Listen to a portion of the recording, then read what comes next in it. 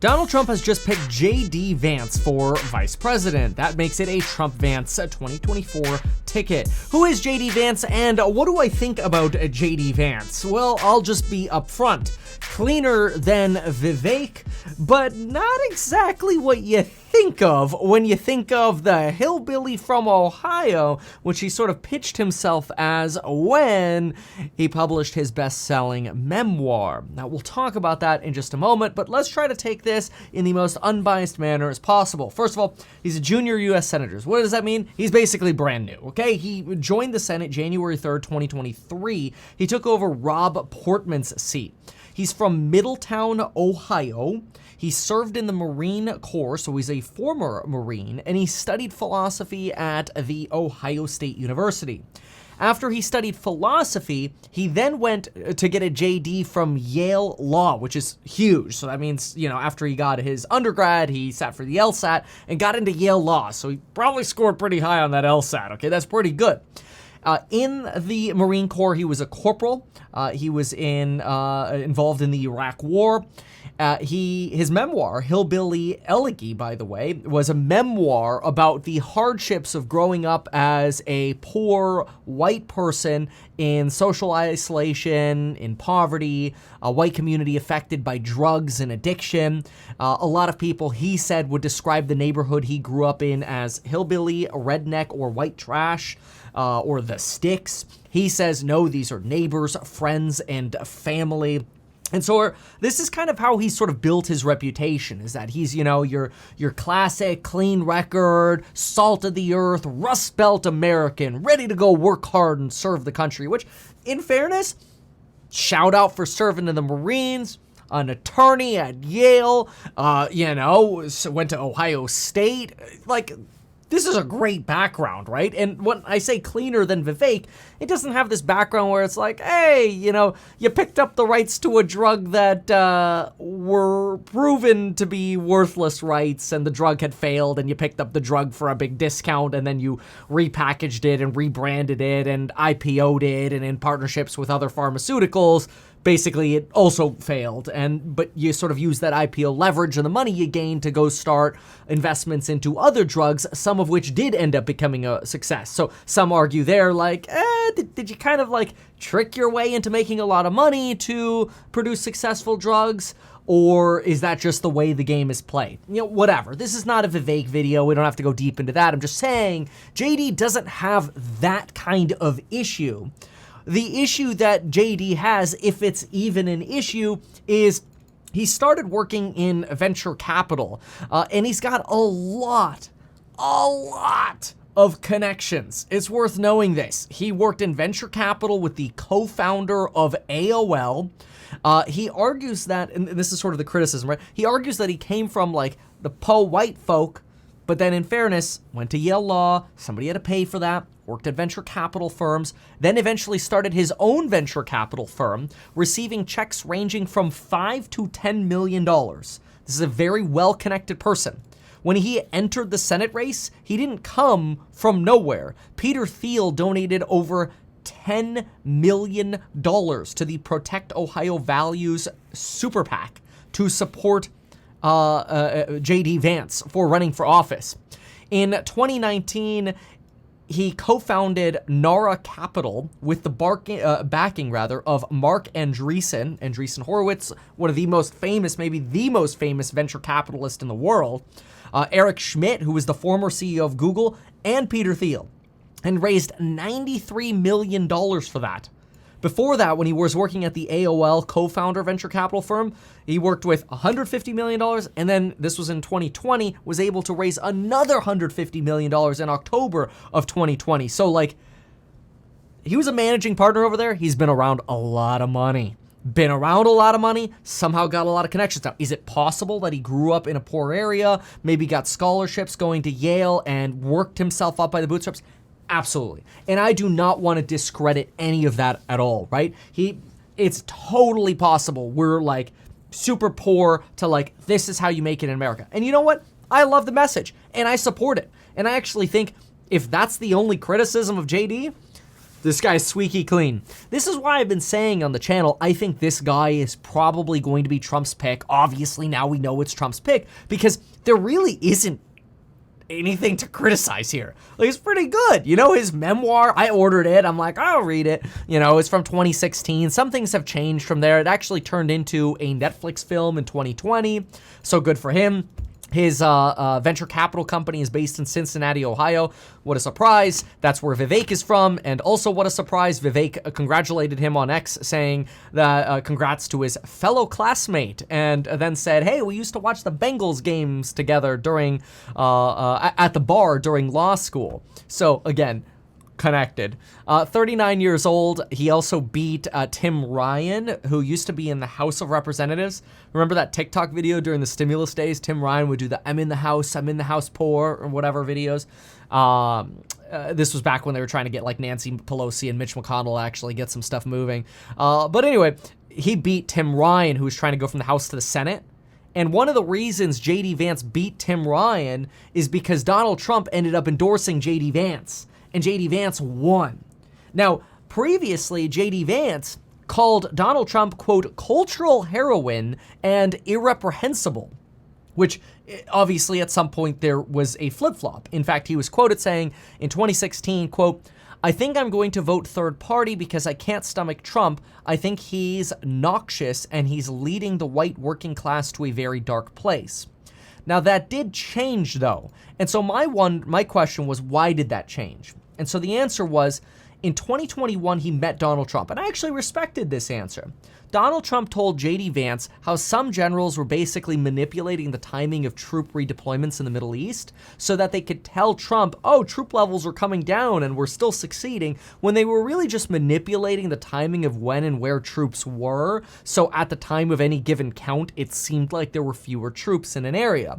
Donald Trump was really frustrated by this, and this account was later verified by James Jeffrey, an envoy to Syria, which suggested these shell games were always played with Washington, and I believe that, because politics is like about gamesmanship, and I think a lot of folks in like the military get frustrated by, you know, Washington and having to wait for permission to do what they want to do, right?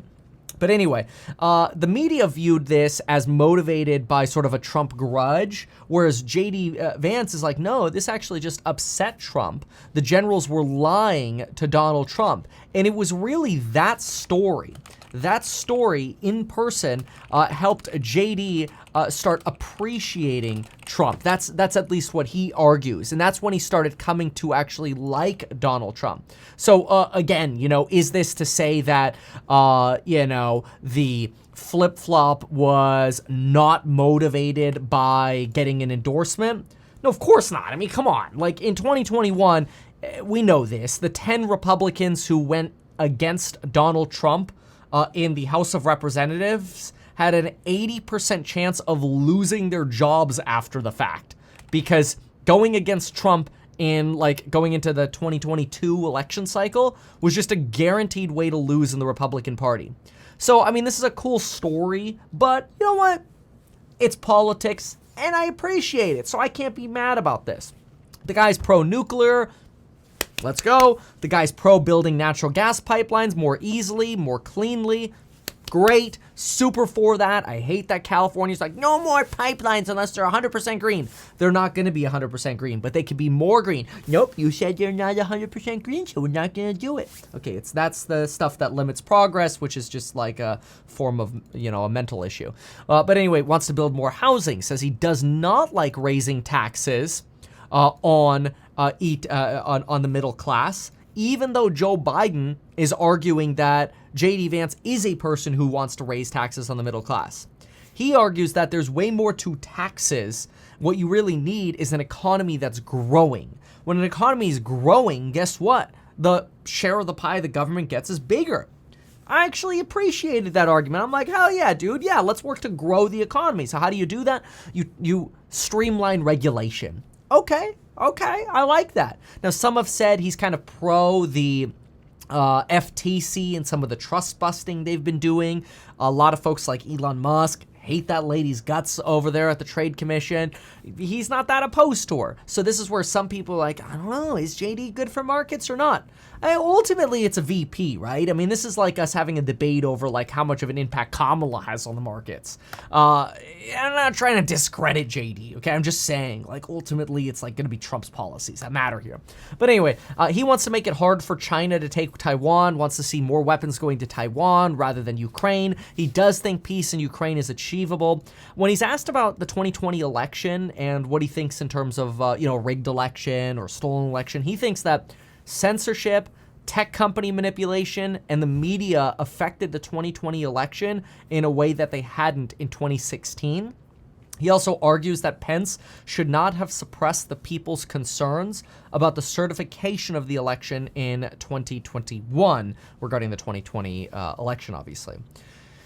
He gives this interesting argument I hadn't thought of before. He made this argument that was sort of like pro more minimum wage increases, because his argument was, hey, like, yeah, some people at McDonald's, for example, are going to be replaced with kiosks. And those kiosks are going to provide value for making it easy for people to order. Great. But the people who are left at McDonald's will have more responsibilities and get paid more. And then the people who are no longer working at McDonald's, they can hopefully go on to get a better skill set or a better job somewhere else. Okay, it's actually an argument I haven't heard of before. I don't horribly disagree with it. I'm generally anti-price controls from the government. I could see JD as a little bit more trusting in sort of the power of the government's hand here with the FTC and this minimum wage argument. Again, it's the VP, it's not the president. If we limit illegal immigration, and then he talks about limiting illegal immigration, so that way companies are forced to hire from the existing pool of hardworking Americans. Okay, fair. Totally for eliminating illegal immigration. Big fan of making it easier to have more legal immigration. Anyway, something else that we saw is Robert F. Kennedy today. It was announced to have Secret Service protection. Now, call me jaded on this one, but I think this is rigged. And I'm going to show you why I think this was rigged, the timing of this. In light of this weekend's events, the president has directed me to work with the Secret Service to provide protection to Robert Kennedy Jr. There it is. Okay, so RFK gets protection from the Secret Service, but literally right after that, I quote tweeted the following. It says here, Donald Trump met Monday morning with Robert F. Kennedy Jr. to discuss the possibility of his endorsement per Politico. And I'm like, ha ha ha, it all makes sense now. Biden hears Trump's trying to get RFK's endorsement. Biden gives RFK Secret Service protection same day. Biden hopes RFK stays in the race / takes votes from Trump. Assumed. What a game politics is. Yeah, I kind of stand by that thesis. It's all a game. It's seriously all a game. It's just, I mean, too little, too late, realistically, right? But anyway, he should have had that protection a long time ago, just because he's an independent candidate. You know, I know there was a low chance he's going to win, but still, you don't want to see another candidate get attacked. Anyway, Don Jr. had a little bit of a, back and forth with a reporter that's kind of been going viral. He talks about it's the media that has created a divisive narrative in the country, that the media doesn't talk well enough about Donald Trump and the good things he's trying to do. Then an argument about kids in cages ensues. This really goes back to like 2014 in the Obama era. Just worth noting. The reason kids were deemed to be in cages, also known as dog kennel rooms, was they used chain link fencing between the rooms to separate individuals as they were being processed so that airflow would move between the rooms in some of these temporary facilities. But it looks horrible. And the Obama administration freaked out about this. But the Trump administration really picked up on this and called them dog cages and kids in cages. And so that's kind of where this all came from. And a lot of people freak out about this idea of separating family members and children, as they should, and the dog cage argument, as they should, because it is quite inhumane how people are treated at the border. Then again, people should not be coming here and allowed in as illegals. They should actually be legally processed. But again, that's a totally different topic and debate here. So overall, my thesis on JD is a 39-year-old guy. He's newer in the political scene. This is a pretty riskless bet for Donald Trump. There's really nothing here you can pick apart. Elon Musk congratulated him. He suggests that Biden calling Donald Trump a fascist must be stopped at all cost, that the rhetoric from Joe Biden has actually contributed to the shooting of Donald Trump. And it is true, like we said, he was once a quote-unquote never-Trumper, but he changed his opinion after meeting Trump and hearing some stories from Trump. Fine. But really, look, here's a guy who, from whatever his background was, let's just say it was broke, went from broke, and it probably was. Yeah, I'm not saying that his memoir was a lie. I didn't read the whole memoir either. I just want to be transparent about it. I just ordered it. Anyway, so I'll let you know what I think. I think here's a guy who basically came up from pretty much nowhere in Ohio, went to a really prestigious law school, met other people who are now powerful and in positions of strength, whether that's Thiel or venture capitalists or, whatever, Vivek, you name it, and was able to work his way up, working venture capital, getting fundraising for his political campaigns. And now here he is. He's now a VP nominee. Now I want to go watch Mitt Romney style and hear the, "I'm your VP nominee." I'm not a good singer, but I thought that was funny. Mitt Romney style was one of those great videos. Just good throwbacks. Anyway, so there's your breakdown on who the heck did JD Vance guy. There you go. And by the way, shares a name with Donnie.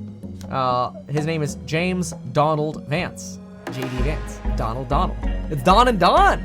Don and Don are on the ticket. Vote Don and Don. That's what they should be going with. Anyway, thanks so much. We'll see you in the next one. Bye. These things that you told us here, I feel like nobody else knows about this. We'll try a little advertising and see how it goes. Congratulations, man. You have done so much. People love you. People look up to you. Kevin Paffrath there, financial analyst and YouTuber. Meet Kevin. Always great to get your take. Even though I'm a licensed financial advisor, licensed real estate broker, and becoming a stockbroker, this video is not personalized advice for you. It is not tax, legal, or otherwise personalized advice tailored to you. This video provides generalized perspective, information, and commentary. Any third-party content I show shall not be deemed endorsed by me. This video is not and shall never be deemed reasonably sufficient information for the purposes of evaluating a security or investment decision. Any links or promoted products are either paid affiliations or products or services we may benefit from. I also personally operate an actively managed ETF. I may personally hold or otherwise hold long or short positions in various securities, potentially including those mentioned in this video. However, I have no relationship to any issuer other than HouseHack, nor am I presently acting as a market maker. Make sure if you're considering investing in HouseHack to always read the PPM at househack.com.